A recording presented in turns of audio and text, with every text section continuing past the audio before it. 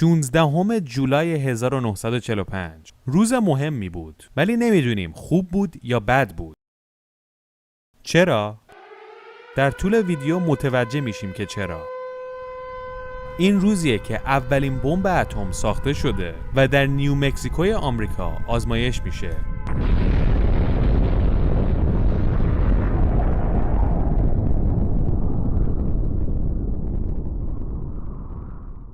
در همین حین جنگ جهانی دوم داشت تموم میشد، ولی داشت جنگ‌های جدید شروع میشد.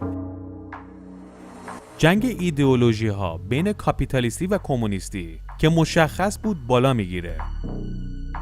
اگر تنش بین این دوتا ایدئولوژی رو در هر موقع تاریخ قرار بدی، میبینی که قانوناً باید با تنش شروع بشه و در نهایت به جنگ مستقیم بکشه.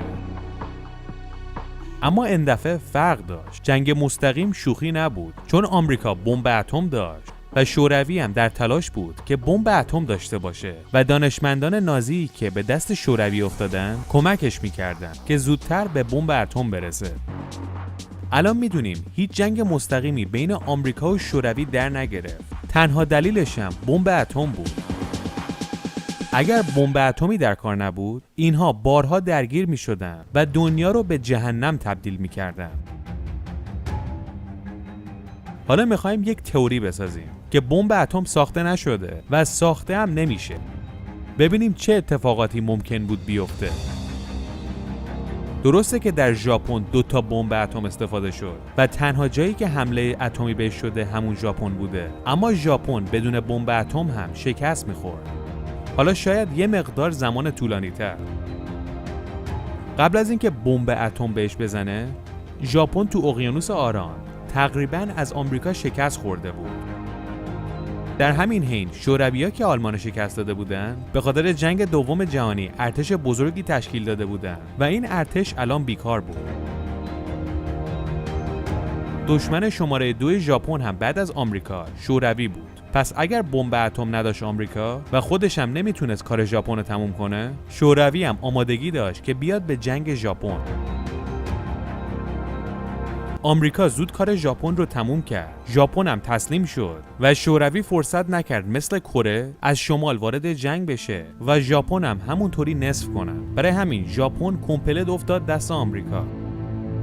مهره‌های اصلی جنگ تو ژاپن مثل ژنرال توجو هیدکی اعدام شدن. اما آمریکا دید هیروهیتو امپراتور ژاپن زیاد تو جنگ نقشی نداشته. برای همین گفت تو میتونی امپراتور بمونی و اون به کارش ادامه داد تا سال 1989 که تو سن 87 سالگی از دنیا میره.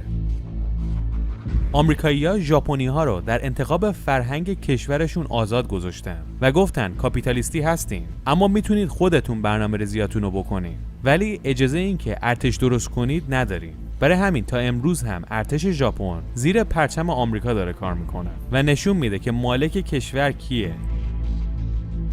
شوروی این صحنه رو نگاه میکرد و میدید ژاپن کاملا در اختیار آمریکا قرار گرفته، ولی جرأت اینکه جنگ را بندازه نداشت. چرا؟ چون آمریکا بمب اتم داشت و شوروی خیلی تلاش میکرد با کمک مهندسین نازی بمب اتم خودش رو بسازه که بالاخره در سال 1949 بمب اتم شوروی هم آزمایش میشه و ترس بین اینها دو طرفه شد. از این به بعد دیگه از همدیگه میترسیدن، برای همین اصلا سعی میکردن با هم درگیر نشن و جنگاشونو میکشوندن تو سرزمین‌های دیگه. مثلا شبه جزیره کره که آمریکا از جنوب وارد شد و شوروی‌ها از شمال و بعد از 3 سال جنگ بدون هدف و داغون شدن شبه جزیره کره بالاخره کره رو نصف کردن و به کره‌ای‌ها گفتن خودتون با هم کنار بیاین که هنوزه بعد از 72 سال بین دوتا کره به صورت رسمی جنگه. درگیری آمریکا با شوروی تو سراسر دنیا گسترش پیدا میکنه، منتها همونطور که گفتم تو سرزمین‌های دیگران. بعدش دوتایی تو کوبا مشکل ایجاد میکنن. ویتنامو که 19 سال به فلاکت نشوندن. روس‌ها از شمال، آمریکایی‌ها از جنوب. مردمم بی خود و بی جهت درگیر جنگ بین این دوتا ابرقدرت که بالاخره بعد از 19 سال آمریکا کوتاه میاد و ویتنام کمونیستی میشه. سازمان سیا در اون زمان کشورهایی که شوروی در اون نفوذ نداشت پیدا می‌کردن و یا کم نفوذ داشت پیدا می‌کردن و به دولت اعلام می‌کردن که دولت فوراً بره اونجا و برنامه کاپیتالیستی رو پخش کنه. کاگبه و کمونیستا هم از اون طرف برعکس این کارو می‌کردن. برخلاف کشورهای خاورمیانه که اکثریت جلوی کمونیسم می‌ایستادن، کمونیست‌ها تو آمریکای جنوبی جلون میدادن. کوبا رو که میشناسید، تحت نفوذ شوروی بود، اونم تو حیات خلوت آمریکا. خب بریم سر اصل مطلب. می‌خواستیم ببینیم اگر بمب اتمو نمی‌ساختن چی میشد. فکر می‌کنیم این دو تا ابرقدرت هیچ کدوم اتمی نیستن. دو تا ایدئولوژی کاملاً متضاد همدیگه که یه جورایی از ایدئولوژی‌های همدیگه متنفرن. بمب اتم هم که گفتیم ندارن و این باعث تأسفه، چون میدونید چه اتفاقی میفته. جنگ جهانی سوم.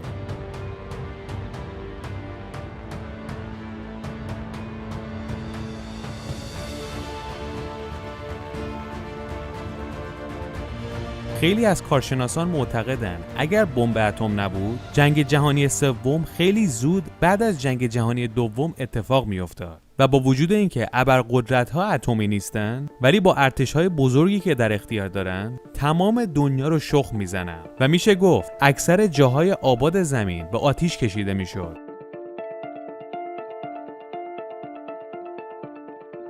اگر جنگ جهانی اول مطالعه کرده باشید، میدونید که جنگ تموم شد، ولی آتش زیر خاکستر موند و دوباره شعله‌ور شد.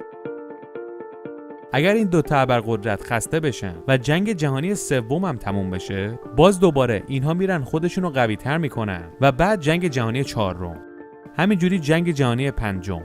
یواش یواش تمام جمعیت دنیا رو میکشن و بعد دو تا ارتش میمونه که با هم میجنگن.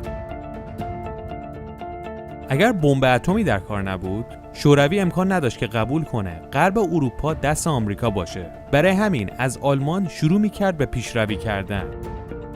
در اون زمان دیگه اروپایی وجود نداره. مثلا پاریس یه ویرانه است. لندن با خاک یکسان شده و همینطور شهرهای بزرگ دیگه. و دوباره برای سومین بار در جنگ جهانی سوم آمریکا به دلیل دوردست بودنش سالمتر میمونه. یعنی اروپا برای سومین بار ویران میشه. اگر این جنگ ها اتفاق می افتاد، در نهایت بازنده شوروی بوده، چون شوروی در جنگ جهانی دوم بزرگترین تلفات جنگ های دنیا رو داده. اونها بیشتر از 20 میلیون سرباز رو به کشتن دادن، به طوری که اونها بیشتر مردهای جوان شوروی رو یک اسلحه میدادن و میفرستادن به جبهه. انقدر سرباز زیادی گسیل میکردن که بیشتر وقتها اسلحه کم می آوردن. با این حال به سرباز میگفتن پشت سر این سرباز برو، اگر دیدی کشته شد اسلحه‌شو بردار و بجنگ. اگر تلفات مختلف جنگ بین آلمان نازی و شوروی رو نگاه کنید، میبینید که روس‌ها 7 برابر نازی‌ها کشته دادن و همین این نشون میداد اگر جنگ ادامه پیدا میکرد، شوروی‌ها شکست میخوردن، چون نه استراتژی درستی داشتن و نه دیگه به اندازه کافی سرباز داشتن. در هر صورت اگر شوروی در جنگ جهانی سوم از آمریکا شکست میخورد، ممکن بود چند وقتی جنگ بخوابه، اما نسل بعدی دوباره جنگ رو شروع میکرد. اگر در طول تاریخ جنگ‌های تمدن‌ها رو نگاه کنی، همشون همین جوریه. طولانی ترین جنگ بین دو کشور میدونید کدوم جنگیه؟ جنگ بین ایران و روم که بیشتر از 700 سال با هم میجنگیدن. هر دفعه یکیشون شکست میخورد، عقب نشینی میکردن. چند سال بعد تجدید قوا میکردن و دوباره شروع میکردن. این دوتا امپراتوری به قدری همدیگر رو ضعیف کردن که اعراب مسلمون اومدن جفتشون رو شکست دادن. جنگ‌های بین ایران و روم از 92 سال قبل از میلاد شروع میشه و تا سال 627 میلادی ادامه پیدا میکنه و با وجود اینکه سلسله‌ها در ایران عوض شده، اما جنگ ادامه داشته. در هر صورت در دوران جدید بمب اتم یک بازدارنده قوی بوده و ترمز جنگ‌ها رو کشیده. البته جنگ‌ها در دنیا زیاده، ولی جنگی که بین دو تا ابرقدرت باشه به دلیل بمب اتم اتفاق نیفتاده.